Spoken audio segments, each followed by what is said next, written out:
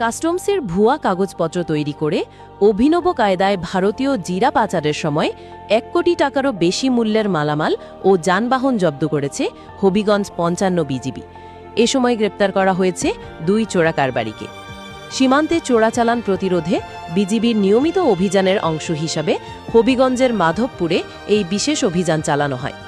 BGB জানায়, গত ১৭ মে সন্ধ্যায় গোপন সংবাদের ভিত্তিতে মাধবপুর উপজেলার মুক্তিযোদ্ধা চত্বর এলাকায় একটি সন্দেহভাজন ট্রাক থামায় বিজিবির চৌকস দল। এরপর তল্লাশিকালে ট্রাকে থাকা মালামালের বৈধ কাগজপত্র বা বিল অফ এন্ট্রি দেখতে চায় বিজিবি।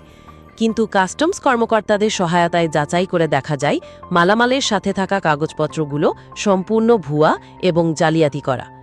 তাৎক্ষণিকভাবে ট্রাক তল্লাশি করে ১ কোটি ১ লক্ষ টাকা মূল্যের ৬,০০০ কেজি ভারতীয় জিরা এবং চোরাচালানে ব্যবহৃত ট্রাকটি জব্দ করা হয়। গ্রেপ্তার করা হয় জালিয়াতি চক্রের ২ সদস্যকে। গ্রেপ্তারকৃতরা হলেন সিলেটের জয়ন্তাপুর এলাকার মোহাম্মদ সেলিম মিয়া এবং মোহাম্মদ আজমল হোসেন। তদন্তে জানা গেছে, কতিপয় অসাধু ব্যবসায়ী সরকারের বিপুল অঙ্কের রাজস্ব ফাঁকি দিতে আসল কাগজের হুবহু নকল বা জালিয়াতি কপি তৈরি করে দীর্ঘদিন ধরে অবৈধ মালামাল পরিবহন করে আসছিল।